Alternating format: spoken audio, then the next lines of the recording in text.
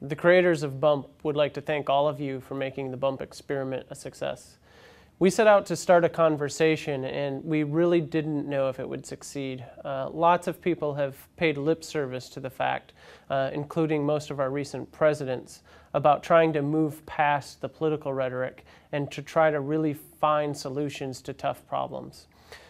Creating Bump, we tried to tackle probably the most controversial subject in America today and see if we couldn't move past the political rhetoric. So the baby you're carrying is by another man? The fetus. The medical terms, please. It's the way people talk. I felt the baby kick. It prejudiced the whole conversation. The only thing that we didn't know was whether or not the audience would respond. And you guys did respond. You made the experiment succeed.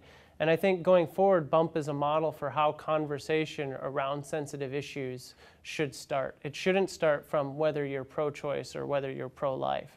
It should start from the fact that we're all part of humanity. Today we're going to hear from some of the creators behind Bump, as well as some videos from some of the audience members that were really a big part of making Bump a success. I'm launching satellites in your direction, hoping to find some way to communicate.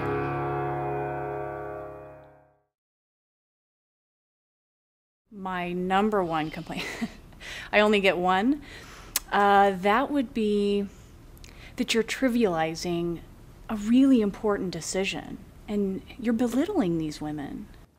I think I was a little taken aback by the concept of the show when I first heard about it. I was really intrigued because it seemed to me an opportunity to spark a conversation that I didn't think was happening anywhere between people of lots of different viewpoints about abortion, which had become a taboo subject in American society. I first heard about it on Facebook, on a pro-choice discussion group, and I thought it was an excellent idea. People don't talk about this. People don't talk about real women. They don't talk about the real situations they get into, and they don't talk about the thought process that goes into a woman making a decision about her unplanned pregnancy. So I thought it was outstanding from jump. When I first heard about Bump, I got a knot in my stomach. I was pretty taken aback by the idea. That was because I thought it was about real women, and I thought it was a little bit invasive to think about doing any kind of a reality show with real people really in this situation. I first heard about it on the radio, on News Talk 1010. And actually I was thinking that it might be pro-life propaganda. It was really just a matter of let's show this issue as it is honestly and let people talk about it. I can't talk to anyone about this in my world.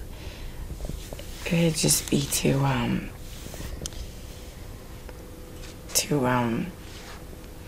You can talk to me.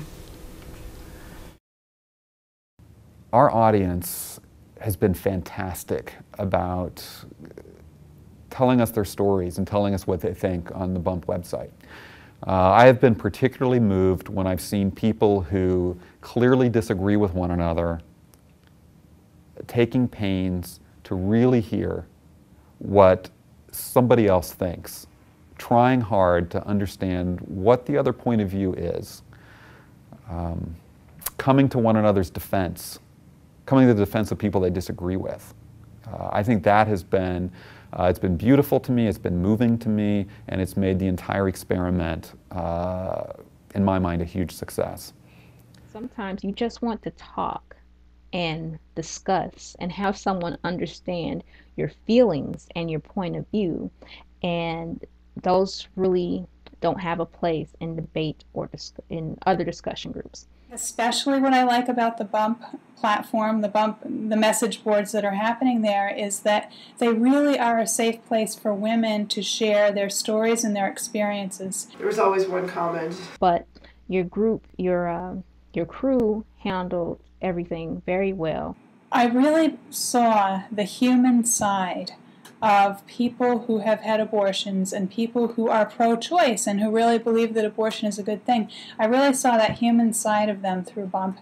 And that was so valuable to me because I knew it up here, but I had never conversed and interacted, particularly with pro-choice people before. And the audience itself really started to self-police and say, this is not what Bump's about. Bump's about listening to the stories. And some of the stories that were shared by women were absolutely phenomenal. And it really started to highlight the need for a safe, non-judgmental place for women to share those stories. It was really gratifying to see people reaching out and honestly caring about somebody and defending them, even if you didn't agree. Whether you're pro-choice or pro-life or somewhere in the middle, you can join the conversation and talk about it without prejudice and without anybody else who's talking about it or anybody on the show be prejudiced against you. What is going to happen when you get home? What if I tell you the truth?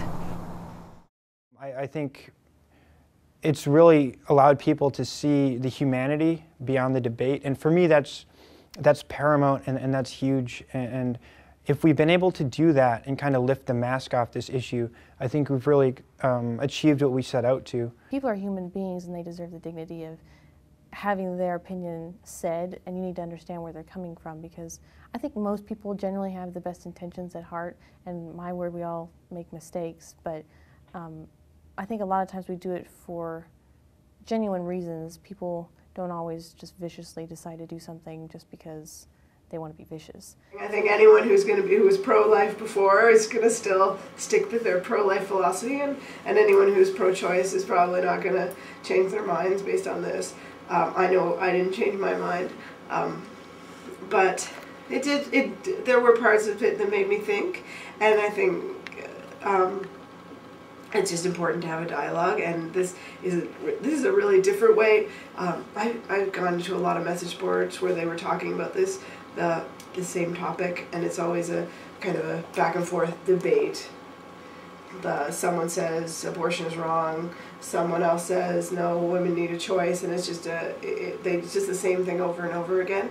This time we weren't really talking about that. We were talking about Kate and Haley and Denise and what they should be doing, and it's much better because it makes it more real. I hope it changed a lot. I hope it got people on both sides to understand where the other side is coming from. I hope that pro-lifers understand that a woman is not evil. She's not uncaring. And I hope pro-choicers understand where pro-lifers are coming from and their concerns. Because we could still have a conversation, and that's a good starting point. And I think that's all Bump was trying to do, was start something here, start a conversation.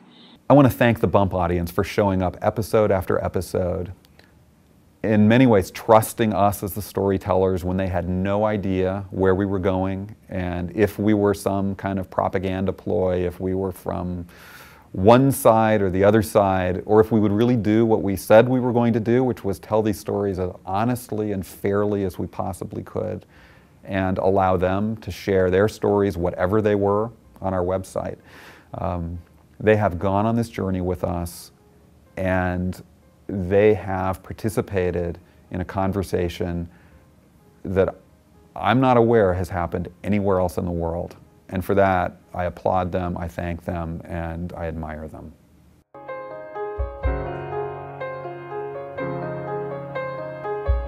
I'm launching satellites in your direction,